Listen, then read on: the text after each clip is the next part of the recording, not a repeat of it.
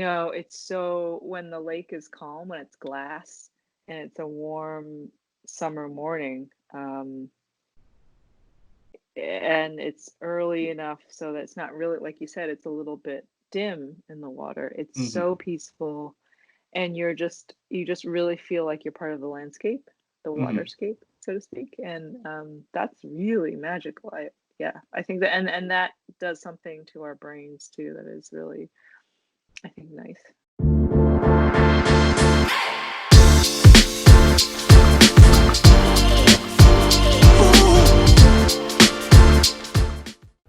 This episode of the Smart Athlete Podcast is brought to you by Tsui, skincare for athletes. Whether you're in the gym, on the mats, on the road, or in the pool, we protect your skin so you're more comfortable in your own body. To learn more, go to soulpre.com. Welcome to the Smart Athlete Podcast. I'm your host, Jesse Funk. My guest today is a journalist, and she frequently contributes to small publications you might know, like the New York Times. She's won various awards in journalism, and of course, the most important thing right now, she's the author of a new book, just came out this week, Why We Swim. Welcome to the show, Bonnie Tsui. Thanks, Jesse. Did I stumble over the last time? Did I get it? I You was got it. close. You got it. It was close enough.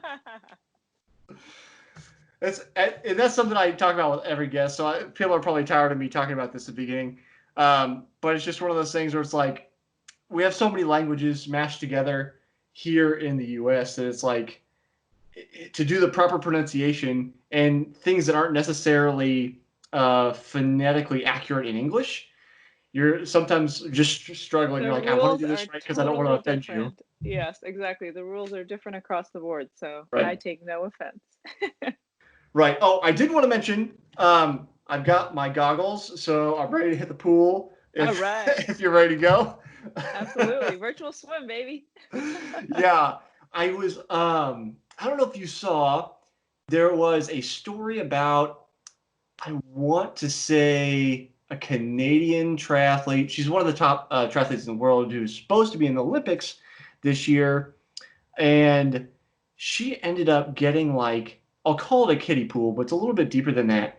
It's maybe 6 feet across or so, set up in her garage. She set up like a buoy, like a tether system, Yes. so she can Uh-huh. just swim in place in her garage and I continue to have swim. actually, I kid you not, I have seen so many of those. People have been setting up these like basically swim tethers in their backyards or the Yeah. garages. And one of the kids, so my kids are 7 and 9 and they're on the swim team, the local swim team. And one of the kids on the team has it set up in his backyard and on their, they do Zoom dryland training a couple Uh-huh. days a week. And they showed a video of this kid set up with the tether and the big tank of water, and I was really jealous. I was thinking, that'd be pretty fun. And ostensibly, I was talking to my husband. And I said, ostensibly, maybe we could do that for like the kids. But I would totally love to do it. It would be Yeah. so fun. At least for even just for like shits and giggles. Yeah. I was trying to figure out where I could put mine. And I'm like, my house is already like filled to the brim. I've got, since I run a couple of businesses and I'm still relatively small, so I keep all my inventory basically in the basement. So the basement's just Mm-hmm. inventory. And then I'm like, okay, maybe the garage, but two problems. One, it's been dropping down to like 35 degrees at night. Oh And then wow. I also Uh-huh. have like, I'm doing, so I live in a 1930s Tudor, and I've been doing restoration on the house. I'm stripping Wow. paint, so I have this like tent set up in the garage already, taking up half the garage.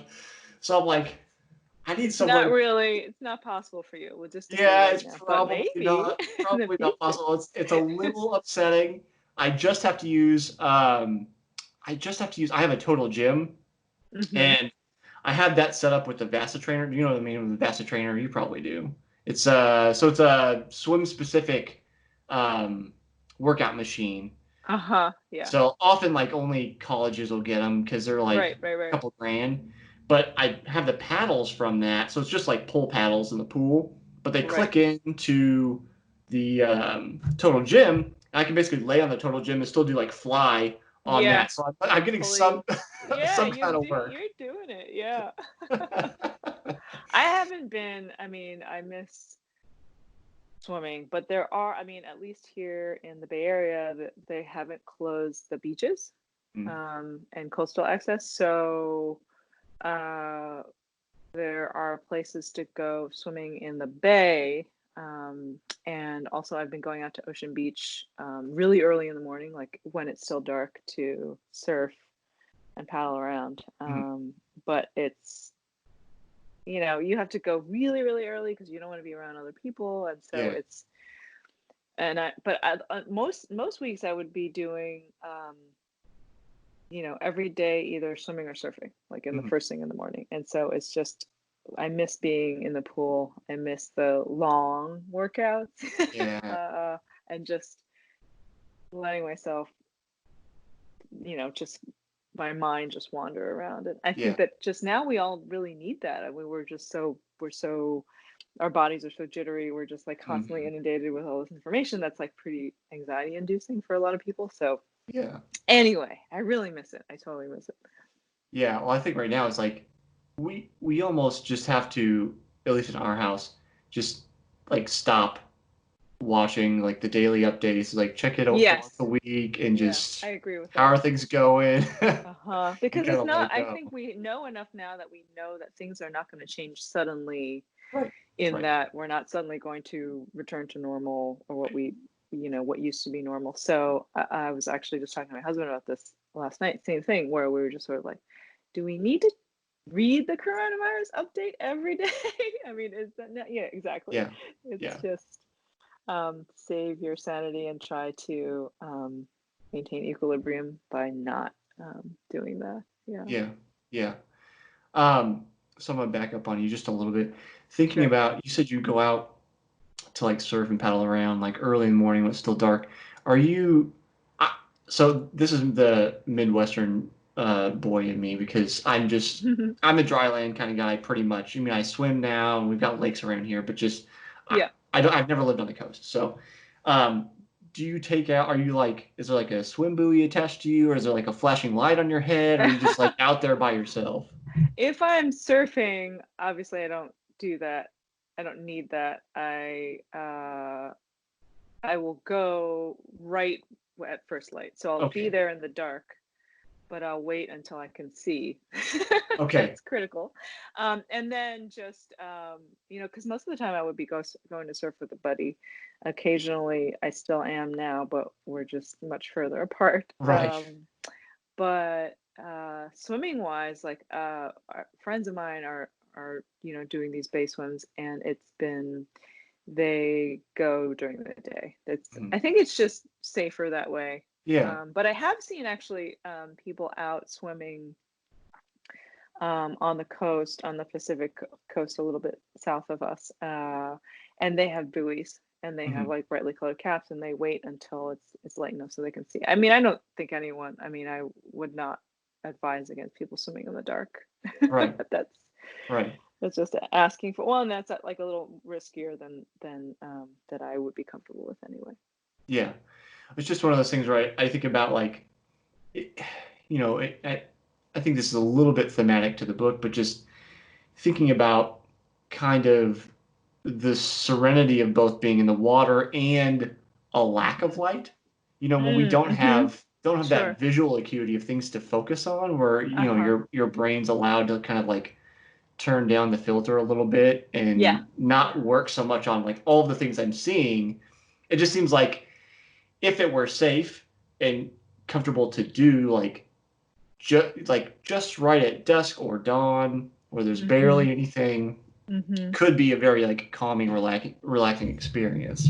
Yeah, and certainly in a lake setting. I mean, I think about swimming at Lake George in upstate New York, where I have spent a lot of time, and it's so when the lake is calm, when it's glass, and it's a warm summer morning, and it's early enough so that it's not really, like you said, it's a little bit dim in the water. It's so peaceful, and you just really feel like you're part of the landscape, the waterscape, so to speak. And that's really magical. I think that, and that does something to our brains too that is really, I think, nice.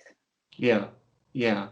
How often do you come across somebody who thinks you're absolutely insane? And I'll All the time. let me clarify, because so I come from a running background, and Yeah. I find a lot of peace in running, and a lot of people will look at me like, I hate running. It just hurts. Like, why would you do that? Uh-huh. And I feel like maybe you possibly end up with the same thing or a similar kind of idea, like we're not meant to be in the water. How could you possibly find that enjoyable? Right. Yeah. I think for people who are um not comfortable in the water and don't have a regular practice with it, there's definitely that element of Mhm.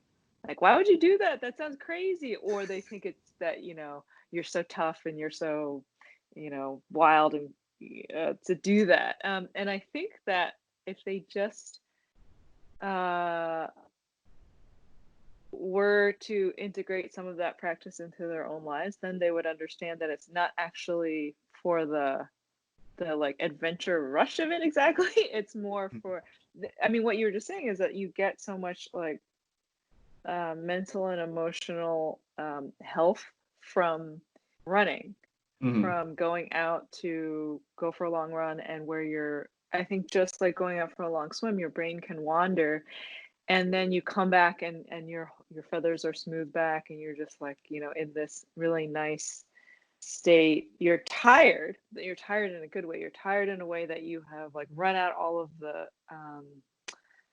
tension in your, or not all of it, but like a lot of it, Mhm. that is just I mean, just physically we sit so much. We're sitting right now, Right. unfortunately, just that we're talking to each other. But and I think so, especially now, we're just doing so much more, spending so much time indoors in our homes. And but even before, like so many more people have desk jobs Mhm. and not these days, and more people are just so sedentary. And so to get the time away where you're moving, and we're built to move, that just kind of resets our bodies in a way that I think we need more than we think. Mhm. I think sometimes people forget or don't give enough credit to that, although we as humans have basically removed ourselves from the food chain, and maybe this is why people forget, like we Hmm. still are part of the animal kingdom. Like Yeah. we're still physical beings in a physical plane, experiencing physical things. So like Right. movement is a natural and normal part of physical existence. It's Yes. like what we take that, and we've worked so hard to be like be as comfortable as we possibly can be, that we're almost divorced from this more natural setting of like moving more often. It's just a regular Yeah, part of life. for sure. Um, one of the well, so I have spent my whole life swimming and being in the water, obviously. But in the book, I there's a point in the beginning where I want to reconnect to the reason that we would have learned to swim as humans in the first place, which is of course survival. Mhm. And one of the things I did was I went diving for abalone Okay. up on the north coast of California, and get the abalone, dive for it, clean it, pound it, cook it, feed it to my family. And that whole experience was really interesting because like you said, we're so divorced from movement. We're so divorced from the reasons that we would need to do it in the first place from when, way, way back in the Mhm. evolutionary process.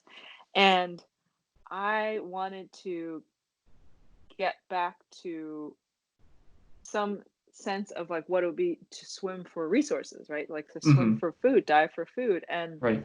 because we are so divorced from our food sources Yeah. these days in modern life, that I have never had an urge to like go hunting or run down a deer or whatever. Right. But fishing, diving for something, collecting it, you have to dive some dozens of feet down to get the abalone, and then you've got to like pry them off of the rock sometimes, and you just have to hold your breath. So it's free diving. You're not allowed to do Okay, that's what I was swimming. gonna ask. Yeah, you're not, you don't have a tanker. It would be a not fair fight. All of Right. the abalone would be wiped out. So there are regulations around that, and so In fact, the abalone population has been pretty low in the last couple of years, so they've actually closed the fishery.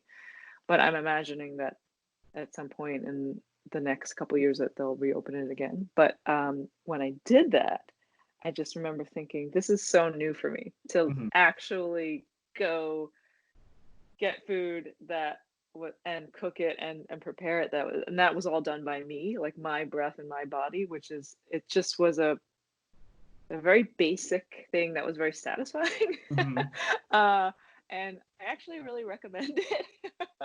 I don't know what form that would take. I think a lot of people obviously have gardens and they grow their food and they take a lot of satisfaction from that. And hunters among us, but there's something about that was really, I think, a reminder of like how much effort it really takes to make the food that we eat, and then sort of like what is the process of like physical effort to do that. And so just an appreciation of that connection to all of those resources we have here.